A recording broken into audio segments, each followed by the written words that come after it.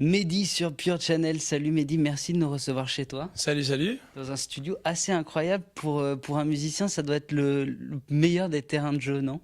Ah ouais, complètement. Enfin, c'est un endroit où finalement je traîne tous les jours. Et puis, ça faisait un moment que je faisais beaucoup de concerts, de tournées avec tout ce que j'ai fait les dernières années. Et puis tu te rends compte un peu que tu dis, attends 2 secondes, il faut que je travaille quand même mes instruments. Il faut que je reste un musicien la journée aussi, pas que le soir à partir de 9h. Et puis pour 1h30 sur scène, tu vois. Donc c'est là que je viens un peu bidouiller toutes mes idées. Et puis voilà, c'est un lieu secret, je veux dire pas où il est, mais c'est génial. C'est ton instrument de départ, c'est la batterie, si je me trompe pas? Ouais, j'ai commencé très jeune la batterie. Puis pendant pas mal d'années, je jouais que ça, quoi. Mais quand je dis très jeune, j'avais genre 6 ans, quoi. Je rentrais au conservatoire, dingue de batterie, à jouer 10 heures par jour, à apprendre tous les roulements, tout ce qu'il faut et tout, à apprendre le jazz avec la famille Secarelli à Nice. Puis, euh, puis après, je me suis mis vite à chanter, et puis jouer de la guitare, et avoir envie d'écrire des chansons, jouer dans les bars à Nice, dans le Vieux-Nice. Donc j'ai un peu laissé la batterie pendant quelques temps, hein, laissé un peu de côté, et puis finalement c'est avec Charlie que j'ai rejoué de la batterie. Ça Donc fait très c'était longtemps. guitare, soca, bien poivré? Ouais, oh non, dis pas ça, ça me donne trop envie, quoi. Oui, C'est c'est genre, ça. en plus, il y a, ce qui paraît, il y a un endroit fantôme à Paris qui fait de la soca, tu dois le savoir peut-être. Je le connais pas. Ben non, je l'ai pas trouvé non plus. Et il y a des Niçois qui m'ont dit, elle est super soca. Mais bon, mais c'est hyper glamour la soca, attention, hein. C'est tendance, Ouais. si des gens sur Pure Channel connaissent cet endroit à Paris, n'hésitez pas à nous envoyer sur Pure Channel l'adresse, on ira Ah ouais, manger une ouais, petite s'il vous soca. plaît, s'il vous plaît. Quand je t'ai vu jouer cette première fois, j'ai trouvé que tu avais un son, un style, une rythmique bien à toi.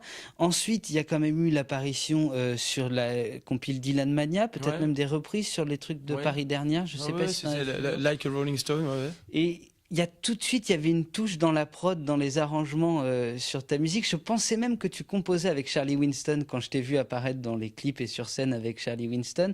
En tout cas, il y a peut-être des ponts communs un petit peu dans la manière Ah oui, d'appréhender. on est complètement, enfin on l'appelle un peu genre dans nos minutes hippies la communauté. Hein, C'est ça.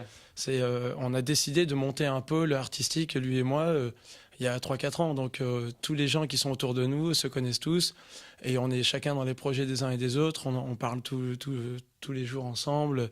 On écrit aussi avec Charlie ensemble. Il a écrit un Il a morceau écrit avec un moi. morceau, c'est, je crois, I'm Not Giving Up. C'est Un ça, truc comme voilà. Ouais, il a écrit celui-là, et puis moi, après, sur son disque, sur Hobo, je me suis occupé de plein d'arrangements, et puis ça va être la même chose pour le prochain, parce que je vais quand même faire le prochain disque de Charlie.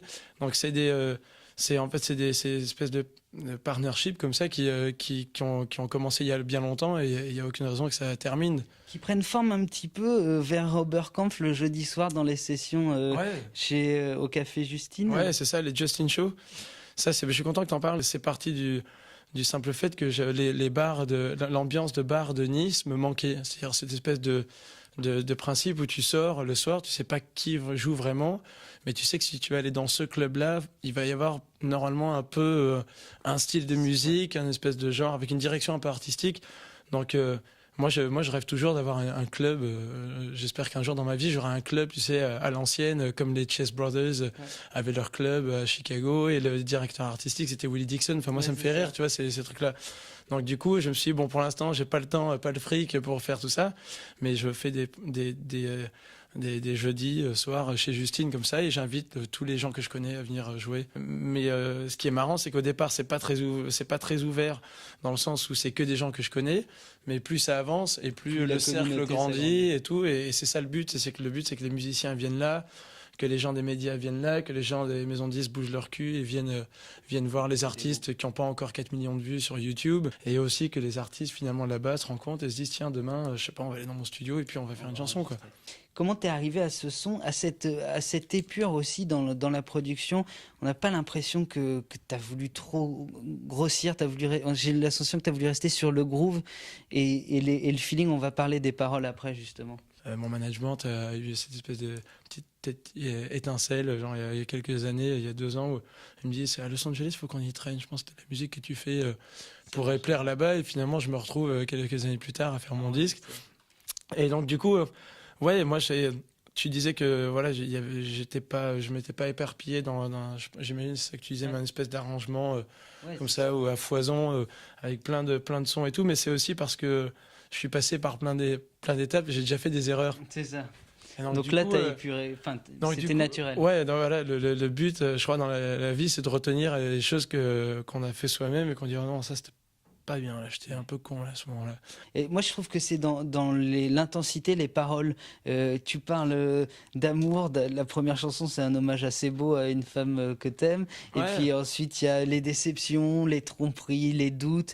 On a l'impression que c'est le fil rouge de cet album, c'est l'amour, comme bien souvent en musique d'ailleurs. ouais, c'est l'amour et en règle générale aussi, c'est plutôt les relations entre les gens, quoi, Ouais. finalement. Je sais pas, c'est peut-être moi, j'ai grandi dans une famille où avec un père sociologue et une mère genre dans le monde politique. Puis après le fait de jouer dans les bars aussi, où tu regardes un peu tous ces gens là qui sont là, qui ont leurs histoires, tu t'imagines plein de trucs. Et puis donc du coup c'est de l'amour que t'as, l'amour que t'as pas, ou alors c'est de l'amitié, des amitiés perdues, des gens qui nous manquent, des gens qui sont plus là. Et puis c'est pas forcément mes histoires, mais pour l'instant c'est un sujet qui s'arrête pas de m'inspirer. Non, c'est pas ici. On a la sensation que ça vient tout des tripes, justement. Sur toutes les chansons, il y a une honnêteté dans ce que t'envoies.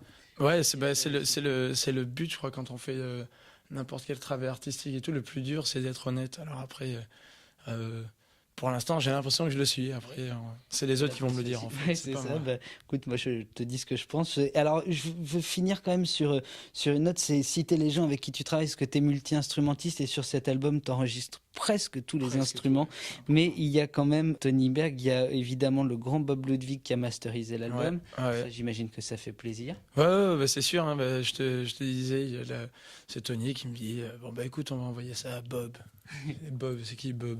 Il fait ah, Bob Ludwig, I always work with this guy, it's great. Ouais, c'est juste le meilleur au monde. Ouais, c'est ça. Et donc, en fait, on est tous partis ensemble à Los Angeles parce que c'est un album, on va dire solo, mais j'aime pas être tout seul. De toute façon, c'est pas mon truc. Moi, je viens du Sud, je suis méditerranéen et tout, donc j'ai besoin d'avoir un peu le gang avec moi. Et donc, je voudrais remercier tous ces gens-là et ma femme qui est venue avec moi aussi tout le long et tout. Donc, on était tous en famille là-bas à s'éclater et je pense que c'est pour ça que c'était détendu et ça reste un souvenir génial. Et ça s'entend sur l'album Mehdi, You Got Me Moving, entre parenthèses. Vous pouvez le trouver dans toutes les bonnes librairies Je crois et que ça dans commence bien. Là. partout, tous les bons rayons. Et merci beaucoup, les images sont très très belles, le visuel de l'album est très réussi, ainsi que les 12 chansons qui le constituent. Merci Mehdi, merci pour les lives aussi sur Pure Channel. Merci beaucoup. C'était un pur plaisir de te voir et d'être chez toi ici dans ton studio. Merci beaucoup, à bientôt. À bientôt sur Pure Channel. Salut.